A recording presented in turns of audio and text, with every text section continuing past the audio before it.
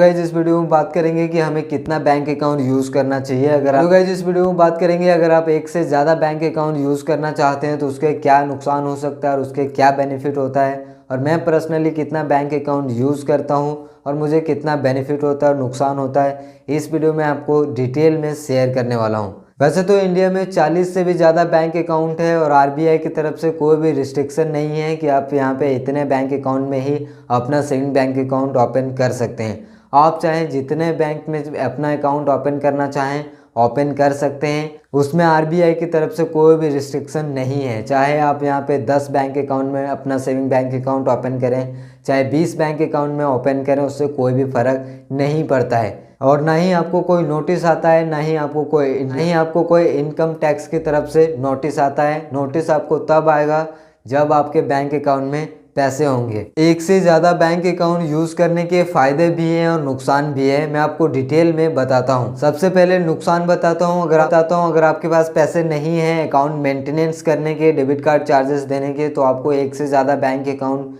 Use नहीं करना चाहिए, क्योंकि आप जानते हैं कि सभी बैंकों में सेविंग बैंक अकाउंट में यहाँ पे अकाउंट मेंटेन करना होता है। अगर आप अकाउंट मेंटेन नहीं करते हैं तो बैंक यहाँ पे आपको अकाउंट मेंटेनेंस चार्जेस देना पड़ता है। अकाउंट मेंटेनेंस चार्जेस या फिर यहाँ पे डेबिट कार्ड का चार्जेस और भी कई तरह के चार्जेस आपको पे करनी होती है। आप उतना ही बैंक अकाउंट ओपन करें जितना आप अपने बैंक अकाउंट को मेंटेन कर पाएँ। अगर आप एक से ज़्यादा बैंक अकाउंट ओपन करते हैं तो उसके कई सारे बेनिफिट हैं।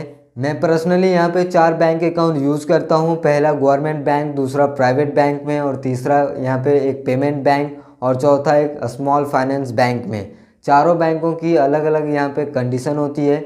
गवर्नमेंट बैंक में आपको बहुत ही कम चार्जेस देने होते हैं। मेरा जो गवर्नमेंट बैंक में अकाउंट है वो bank of India government bank में है, जिसका यहाँ पे डेबिट कार्ड, पासबुक वगैरह सब कुछ मिल जाता है, लेकिन उतनी फास्ट सर्विस नहीं मिलती है। दूसरा मेरे पास अकाउंट है प्राइवेट बैंक का, एचडीएफसी बैंक में, जिसमें अच्छी सर्विस मिलता है। इसका डेबिट कार्ड पे आपको बहुत सारे रिवॉर्ड पॉइंट मिलते हैं जिसे आप इन कैश करा सकते हैं।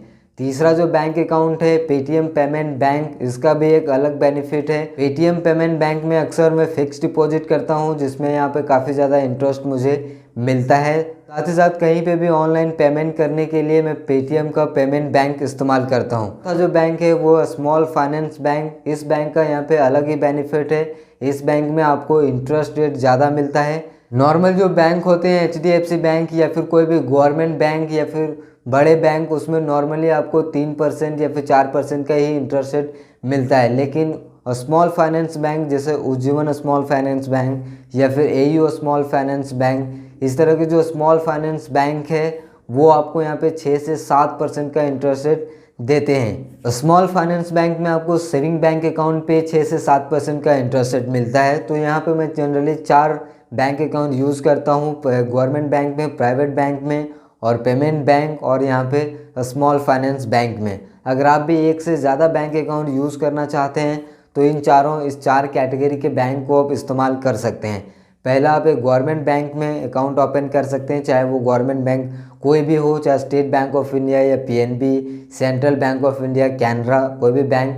सब में लगभग डेबिट कार्ड का चार्जेस या फिर अकाउंट मेंटेनेंस का चार्जेस लगभग बहुत ही कम होता है और इक्वल ही होता है।